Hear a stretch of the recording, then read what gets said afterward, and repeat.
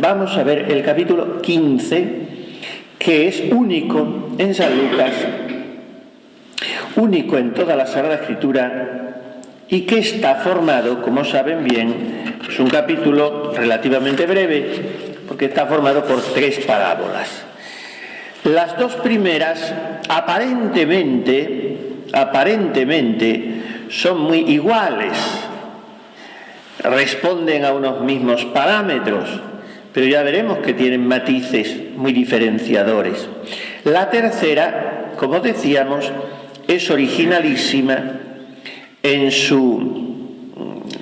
todo, en la presentación, en las conclusiones, y es el gran retrato de la misericordia de Dios, el hijo pródigo o el padre misericordioso.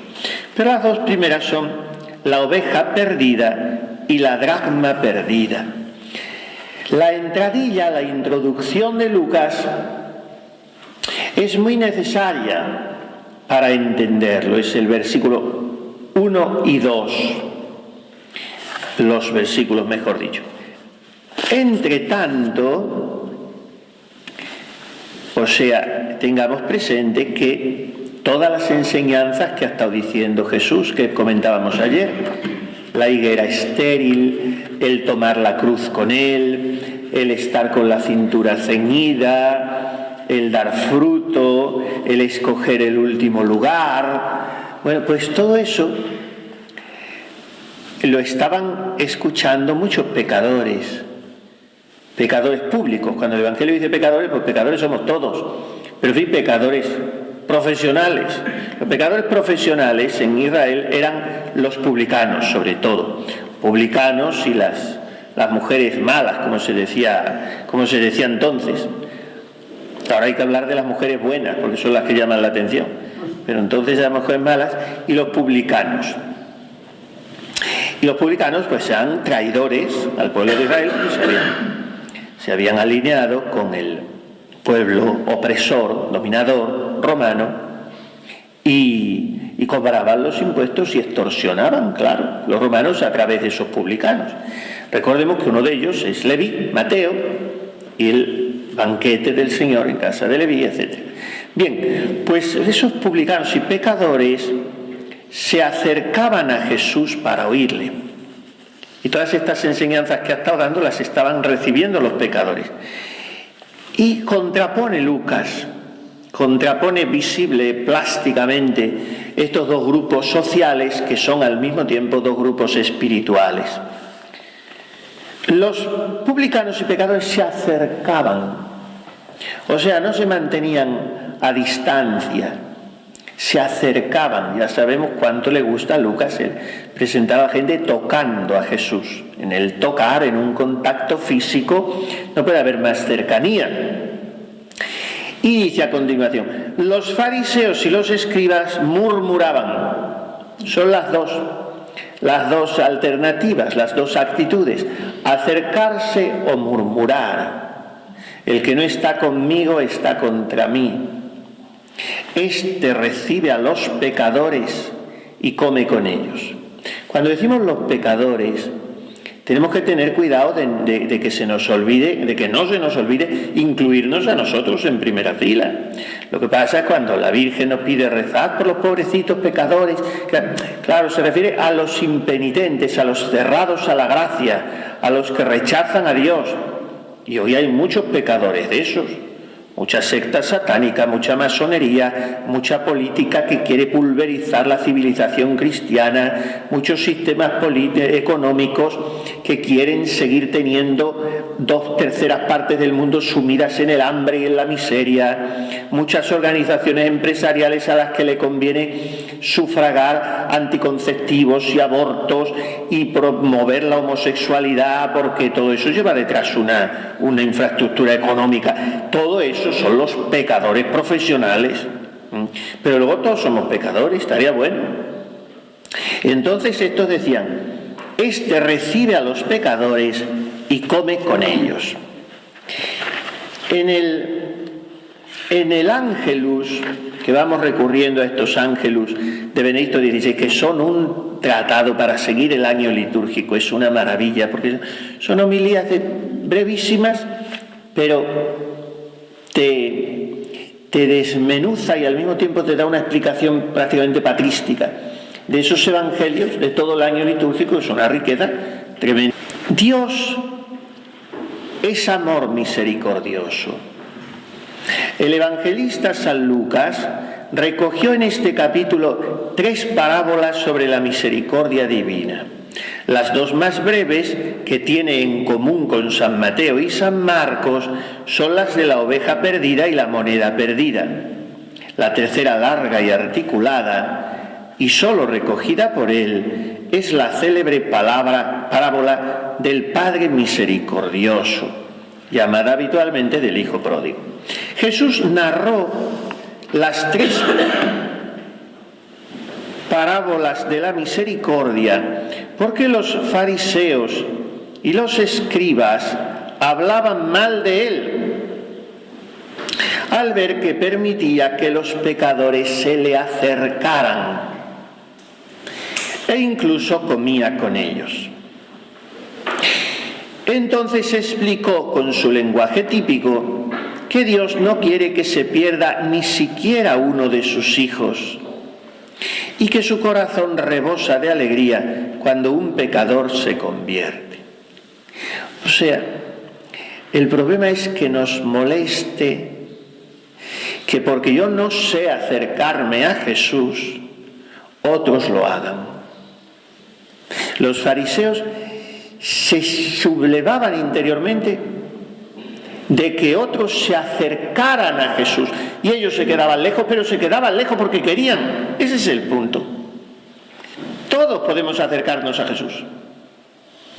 La oveja perdida y la dracma perdida son 2 parábolas en que la actitud del pecador, representado por la oveja y por la dracma, es más bien pasiva, se dejan encontrar, pero pasiva del todo es en la moneda.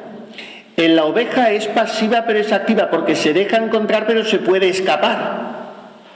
Y en el Hijo Pródigo es activa, él vuelve, pero vuelve porque la gracia ha entrado en su corazón y le está empujando. Todo en nosotros al final es pasivo-activo. Esto es lo verdaderamente católico. Lo contrario sería o pelagiano, que es luteranismo, o quietista. Bien, entonces la oveja, que es la primera que vamos a ver, es buscada, pero también la oveja va acudiendo al pastor. El silbo del pastor, el cayado del pastor, la voz del pastor. Yo conozco a mis ovejas y las mías me conocen, mis ovejas escuchan mi voz, yo las conozco y ellas me siguen. Me siguen porque yo las llamo. Es un dinamismo recíproco. Entonces los fariseos son ovejas rebeldes, son cabritos que se van triscando por los precipicios, no quieren volver, no quieren dejarse encontrar. Buscad al Señor mientras se le encuentra. Volved hacia mí para salvaros. Todas esas antífonas de Cuaresma, ¿no? Los escribas y fariseos hablaban mal de él al ver que permitía que los pecadores se le acercaran e incluso comía con ellos. Entonces explicó que Dios no quiere que se pierda ni siquiera uno de sus hijos y su corazón rebosa de alegría cuando un pecador se convierte. La verdadera religión consiste, por tanto, en entrar en sintonía con este corazón rico en misericordia y atrae a todos hacia sí con la fuerza invencible de su fidelidad. ¿Qué expresiones tiene este hombre que son aldabonazos? Esto da para una hora de oración o para una semana. El Padre nos atrae hacia sí con la fuerza invencible de su fidelidad. Aquí está el quid de las parábolas de la misericordia. O sea, si somos infieles, Él permanece fiel, porque no puede negarse a sí mismo. La fuerza de su fidelidad es imbatible, es insobornable, es indefectible, es inacabable, es invencible. Y en virtud de esa fidelidad divina yo puedo ser fiel. Él me hace fiel a mí. No es que yo por ser fiel me atraiga su fidelidad hacia mí para que me recompense. No, es Él el que me hace fiel. Y cuando yo me descarrío, Él regenera mi fidelidad. Y Él me hace recuperar el camino perdido por mi culpa, lo recupero por la suya, entre comillas, lo recupero por su gracia. Yo lo pierdo por mi culpa, lo recupero por su gracia. Esto es la oveja perdida. La fuerza invencible de la fidelidad de Dios, aun respetando la libertad de cada uno, este es el misterio. Sin embargo, mi libertad puede ser iluminada por esa fidelidad divina que me reconduce. El camino que Jesús muestra a los que quieren ser sus discípulos, sigue diciendo el Papa, es este: no juzguéis, no condenéis, perdonad y seréis perdonados, dad y se os dará, sed misericordiosos como vuestro Padre es misericordioso. Lucas 6, 36, etc. En estas palabras encontramos indicaciones muy concretas para nuestro comportamiento diario de creyentes.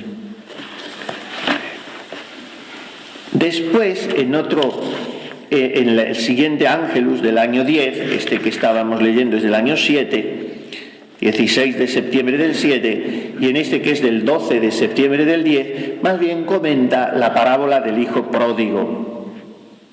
Pero al final dice: queridos amigos, ¿cómo no abrir nuestro corazón a la certeza de que a pesar de ser pecadores, Dios nos ama? Él nunca se cansa de salir a nuestro encuentro, no solo el Padre, sino el buen pastor. Siempre es el primero en recorrer el camino que nos separa de Él. El libro del Éxodo nos muestra cómo Moisés, con confianza y súplica audaz, logró, por decirlo así, desplazar a Dios del trono del juicio al trono de la misericordia. El arrepentimiento es la medida de la fe, y gracias a él se vuelve a la verdad.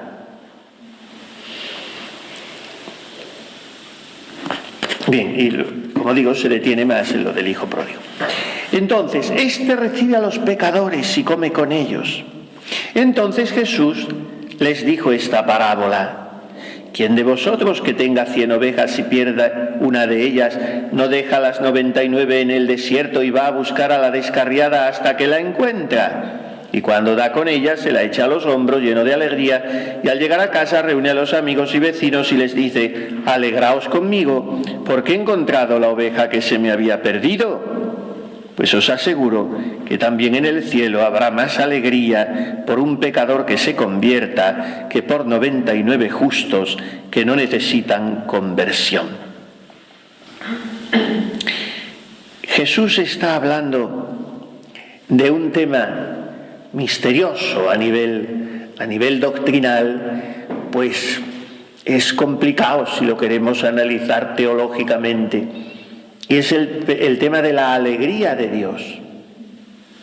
O sea, el Dios infinitamente bienaventurado, a cuyo gozo no podemos nosotros aumentarle nada, sin embargo, se alegra y pone al cielo patas arriba por la vuelta de un pecador. Bien, sobre esto habría que aplicar un poco la misma interpretación o enfoque que se hace sobre lo que llamó en un artículo muy interesante el padre Mendizábal el cuasi sufrimiento de Dios. O sea, Dios no puede sufrir, esto lo sabemos, no puede sufrir, y sin embargo nosotros somos constantemente, o deberíamos serlo, estimulados a reparar no solo el amor, el honor divino conculcado, el celo eliano, ¿no? Que es el mote del Carmelo, estoy ardiendo en celo por la gloria del Señor de los ejércitos. Han derribado los altares de Yahvé, han pasado sus sacerdotes a cuchillo, en fin, todas estas cosas que hoy vemos que nos encienden, porque el honor divino es conculcado por los sacrilegios, por las profanaciones, etcétera. Pero no solo es que tengamos que reparar por eso, sino sobre todo porque Dios tampoco pierde majestad, ni pierde grandeza, ni pierde santidad con todo eso, sino sobre todo porque el corazón de Dios es herido por esos pecados y porque las entrañas de Dios se sienten conmovidas, se sienten removidas. ¿Cómo se explica esto a nivel teológico? Y dice en ese artículo el padre Mendizábal: no se trata de un sufrimiento metafísico de Dios, porque no puede, esto sería repugnante a la teología. Dios no puede sufrir, sino que se trata de un verdadero sufrimiento psicológico de Dios. O sea, Dios tiene corazón. Dios no pierde nada ni se menoscaba nada en su esencia, pero sí en su corazón de Padre se siente herido, se siente no correspondido. Y entonces es como un padre que es incalculablemente rico y que le ha dado a su hijo confianza en todo, y un día descubre que su hijo le ha robado 10 euros o 50 euros o 200 euros. El padre no pierde nada. El padre se le da igual. No estaría bien aplicado, porque ese padre sí que perdería materialmente algo, aunque sea una menudencia. Pero Dios nuestro Señor no pierde nada de su ser. Pero ese padre se siente profundamente herido por la desconfianza del hijo, por la traición del hijo, por la falta de verdad y de amor del hijo. Pues este es el punto. Esta es la cuestión. Y este es el motivo de la alegría de Dios, en contraposición al sufrimiento de Dios o al cuasi sufrimiento de Dios. Esta parábola de la oveja perdida hay que leerla con el trasfondo del capítulo 34 de Ezequiel. Llamaré a las descarriadas, curaré a las enfermas, sostendré a las gordas, las alimentaré, todo eso que leemos. Pues la parábola de la oveja perdida, de la cual Jesús se sirve para justificar, para explicar su actuación, su modo de conducirse con los excluidos, con los marginados de Israel, además está explicando el cumplimiento del texto del profeta Ezequiel 34, que frente a la conducta egoísta de los malos pastores de Israel, vislumbra en un futuro, en un horizonte de futuro, a Dios como el gran pastor que cuidará de todas las ovejas, en especial de las descarriadas y perdidas. Y Jesús anuncia así la salvación ofrecida a los pecadores, no porque los pecadores se hayan hecho dignos de esta salvación por sus buenas obras, sino porque Dios les busca, toma la iniciativa y tiende la mano a estos excluidos.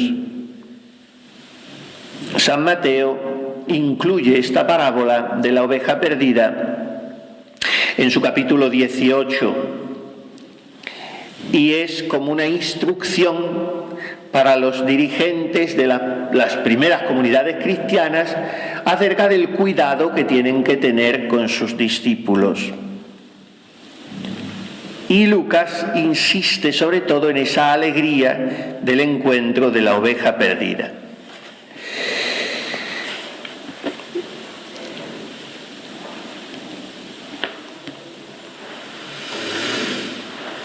Dice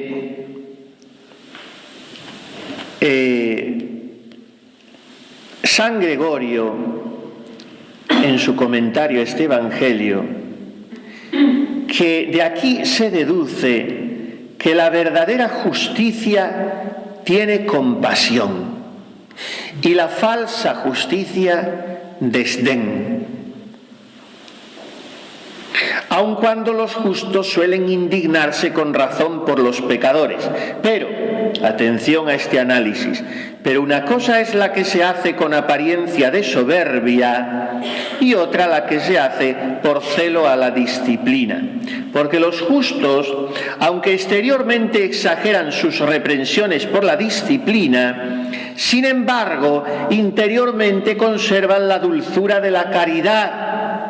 Y por lo general prefieren en su ánimo a aquellos a quienes corrigen que a sí mismos.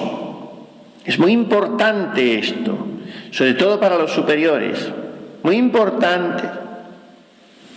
Porque yo puedo entender mi caridad hacia ustedes como decirles: qué bien, qué maravilla, qué bien lo hacen todo, qué bien. Y entonces yo soy justo y estoy acogiendo a los pobres y eso. Y yo estoy actuando así con ustedes, faltando a la caridad. O yo puedo entender mi caridad con ustedes como decirles con energía, porque hay que decir con energía porque el que te escucha ya se encarga de quitar hierro. Si tú encima no pones energía, con el otro la va a quitar, decirles con energía: bueno, ustedes cantan estrepitosamente mal. O vamos, no mal, pero en fin, esto tienen que cantarlo mejor. O no hay que hablar aquí, o no hay que tal.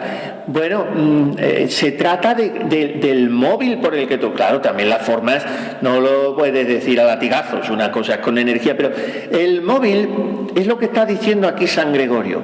El móvil tiene que ser la caridad. Y la caridad a veces tiene forma de celo por la disciplina. Dice: los justos, aunque exteriormente exageran sus reprensiones por la disciplina, sin embargo interiormente conservan la dulzura de la caridad y por lo general prefieren en su ánimo a aquellos a quienes corrigen que a sí mismos. Obrando así, mantienen a sus súbditos en la disciplina y a la vez se mantienen ellos en la humildad. Por el contrario, los que acostumbran a ensoberbecerse por la falsa justicia desprecian a todos los demás, sin tener ninguna misericordia de los que están enfermos, y porque se creen sin pecado, vienen a ser más pecadores. Se creen sin pecado y vienen a ser más pecadores. De este número eran los fariseos.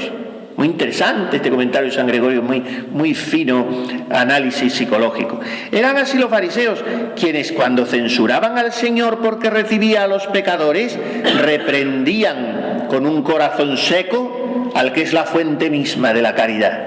Un corazón seco, y vuelvo a repetir, todo está en el corazón. Pero como estaban enfermos o ignoraban que lo estaban, el médico celestial usa con ellos hasta que conociesen su estado de remedios suaves. Y les propuso esta parábola de la oveja perdida. Cuando dice 100 ovejas se refiere a toda la multitud de las criaturas. Nosotros formamos una centésima parte del rebaño del pastor. Dice San Cirilo: ¿cómo es que abandona todas las demás y solo tiene caridad respecto de una sola? De ningún modo. Todas las demás se encuentran en su redil, defendidas por su diestra poderosa, pero debía compadecerse más de la perdida para que no quedase incompleto el resto de sus criaturas.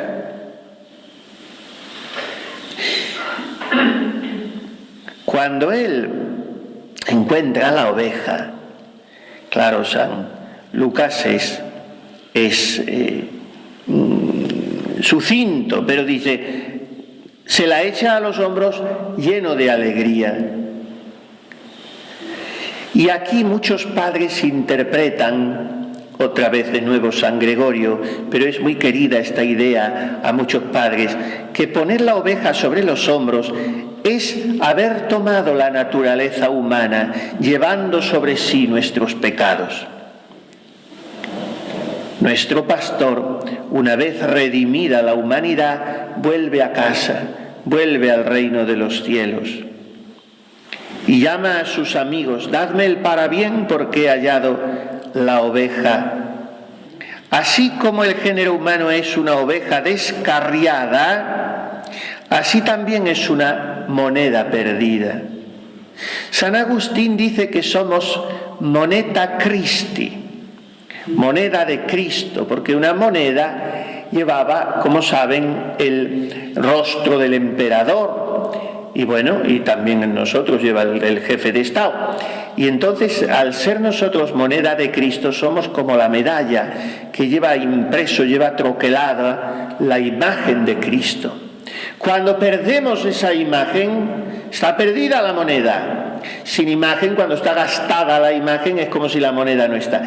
O sea, la oveja se descarría cuando no se deja cargar en los hombros de Cristo.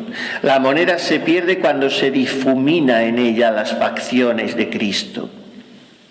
Y Cristo lo que está haciendo al recuperarnos como ovejas o monedas perdidas es volver a imprimir en nosotros su rostro, mirándonos y agraciándonos a nosotros que somos desgraciados, que somos hijos de ira. Él nos hace hijos de Dios, insertándonos en su filiación divina.